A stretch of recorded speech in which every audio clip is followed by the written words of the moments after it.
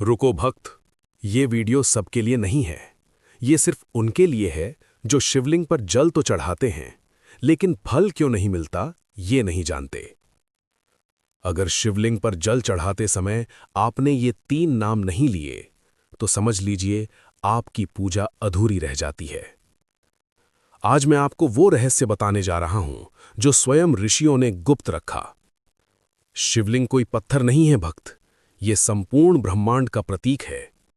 गोल आधार, प्रकृति, ऊर्ध्वलिंग, चेतना, जल, अहंकार का विसर्जन। जब जल गिरता है शिवलिंग पर, तो अहंकार टूटता है, और जब अहंकार टूटता है, तभी शिव प्रसन्न होते हैं। लाखों लोग रोज शिवलिंग पर जल चढ़ाते हैं, लेकिन जीवन में कष्ट कम नहीं होता। कारण? मन अशांत है, नाम गलत लिया जाता है, भाव नहीं होता। शिव शब्द नहीं देखते, शिव भाव देखते हैं। ओम नमः शिवाय। ओम सृष्टि, नमः समर्पण, शिवाय कल्याण। जब पहला जल गिरे, तब बोलिए ओम नमः शिवाय। इससे मन शुद्ध होता है। महादेव यानी देवों के भी देव। दूसरी धार जल की गिराते समय बोलिए महादेव। इससे कष्टों का विष उतरता है।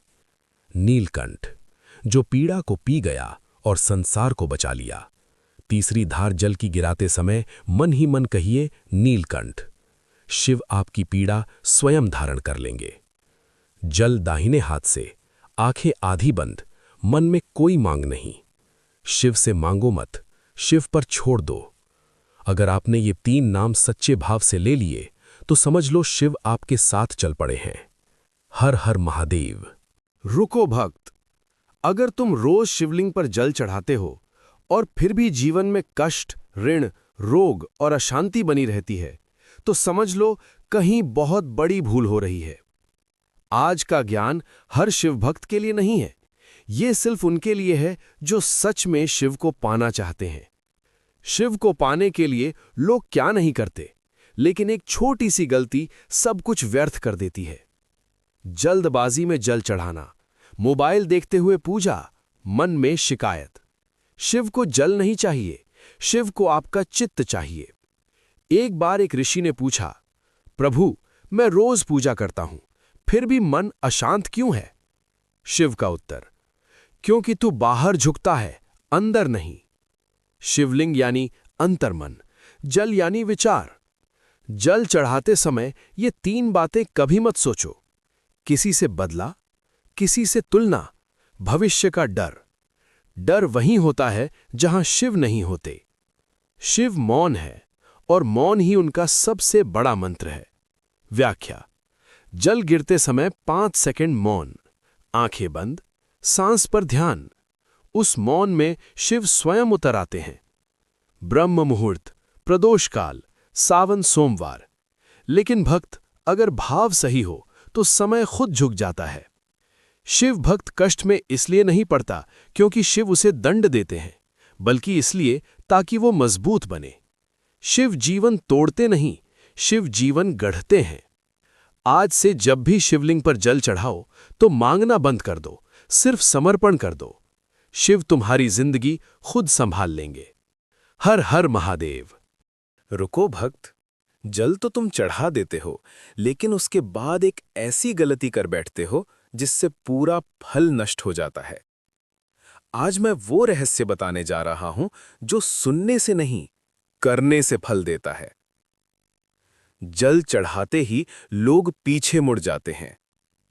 तुरंत मंदिर छोड़ना, मोबाइल देखना, बातों में लग जाना। भक्त, शिव से पीठ नहीं की जाती। एक साधक रोज जल चढ़ाता, लेकिन 5 मिनट वहीं बैठा रहता। मन शांत, निर्णय स्पष्ट, भय समाप्त। शिव वहीं उतरते हैं जहां भक्त ठहरता है। जल के बाद क्या करें? सटीक विधि: 11 गहरी सांसें, आंखें बंद, मन में सिर्फ शिव। कोई मंत्र मत बोलो, कोई मांग मत रखो, बस उपस्थित रहो।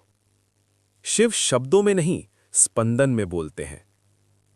शरीर में हल्कापन, आंखों में जल, मन में ठहराव। यही शिव का उत्तर है। शिव कृपा का मतलब धन मिलना नहीं, बल्कि डर का मिट जाना है। लक्षण: क्रोध कम होना, धैर्य बढ़ना, स्वीकार भाव। 7 दिन की शिव साधना, चमत्कारी। नियम: रोज एक समय, एक स्थान, एक भाव। 7वें दिन शिव संकेत जरूर देंगे। ये संकेत अलग अलग हो सकते हैं। अगर तुम शिव के सामने ठहरना सीख गए, तो जीवन में कुछ भी तुम्हें डिगा नहीं पाएगा। शिव बाहर नहीं, तुम्हारे भीतर हैं। हर हर महादेव। रुको भक्त, सावन चल रहा है और अगर तुमने जल चढ़ाने से पहले ये एक गलती कर दी तो पुण्य नहीं, उल्टा बोझ बढ़ जाएगा। ये ज्ञान सबके लिए नहीं है, सिर्फ सच्चे शिव भक्तों के लिए है। सावन सिर्फ महीना नहीं, शिव का जीवंत काल है। प्रकृति शिव रूप में। जल इज इक्वल टू जीवन। हर हरियाली इज इक्वल टू शिव की उपस्थिति। सावन में शिव दूर नहीं, बहुत पास होते हैं। शरीर साफ हो, लेकिन मन गंदा हो तो शिव रुकते नहीं। क्रोध, ईर्ष्या, द्वेष, शिव को धोखा नहीं दिया जा सकता, क्योंकि शिव सब जानते हैं। एक भक्त रोज लंबी पूजा करता, लेकिन मन में अहंकार भरा था। पूजा शून्य, फल शून्य। जहां अहंकार है वहां शिव नहीं। सावन में शिव से ये कभी मत मांगना, किसी का नुकसान, झूठी जीत, अधर्म का फल। शिव न्याय है, पक्षपात नहीं। जल कभी बाएं हाथ से नहीं। शिवलिंग पर फूंक नहीं। जल गिराते समय हंसी मजाक नहीं। ये छोटे नियम नहीं, ऊर्जा के नियम हैं। सावन में 1 मिनट का मौन 100 मंत्रों से बड़ा है। जल के बाद आंख बंद, 60 सेकंड मौन। उस मौन में शिव निर्णय लेते हैं। सावन में कष्ट बढ़े तो घबराना मत। पुराना कर्म कटता है, आत्मा शुद्ध होती है। शिव पहले तोड़ते हैं, फिर गढ़ते हैं। 7 दिन का नियम: 1 समय जल, 1 दीप, 1 मौन। 7वें दिन संकेत जरूर मिलेगा। स्वप्न, मन की स्पष्टता, अचानक समाधान। अगर सावन में तुम गलतियों से बच गए तो समझ लो शिव ने तुम्हें अपना लिया। शिव तुम्हें कभी अकेला नहीं छोड़ेंगे। हर हर महादेव। भक्तों, एक सवाल हर शिव भक्त के मन में कभी ना कभी जरूर आता है कि मैं शिव की पूजा करता हूं, फिर भी मेरे जीवन में कष्ट क्यों है। अगर ये सवाल कभी तुम्हारे मन में आया है तो समझ लो तुम गलत नहीं हो, बल्कि तुम शिव के सबसे पास हो। याद रखना, शिव भक्तों को कष्ट दंड नहीं होते, वो तैयारी होती है। भोलेनाथ कभी अपने भक्त को कमजोर करने के लिए कष्ट नहीं देते। वो कष्ट इसलिए देते हैं ताकि भक्त टूटे नहीं, बल्कि निखर जाए। जो व्यक्ति साधारण होता है उसकी परीक्षा कोई नहीं लेता, लेकिन जो शिव का होता है उसे जीवन के हर स्तर पर परखा जाता है, क्योंकि शिव जानते हैं ये भक्त सह सकता है, ये भक्त गिरकर भी उठ सकता है। बहुत लोग कहते हैं फला आदमी गलत काम करता है फिर भी सुखी है, और मैं सही होकर भी दुखी हूं। भक्तों, गलत आदमी को सुख मिलना कृपा नहीं, वो उसका अंतिम भोग होता है। और सही आदमी को कष्ट मिलना सजा नहीं, वो उसकी आत्मा की शुद्धि होती है। शिव भक्तों के कष्टों का पहला कारण होता है पुराने कर्मों का कटना।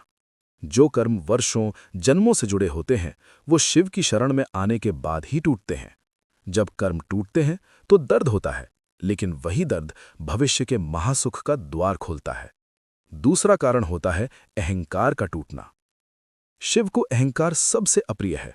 अगर भक्त के भीतर मैं सही हूं, मैं बड़ा हूं, मैं जानता हूं, ऐसा भाव आ जाए तो शिव उसे ऐसी परिस्थिति में डालते हैं जहां वो पूरी तरह झुक जाए।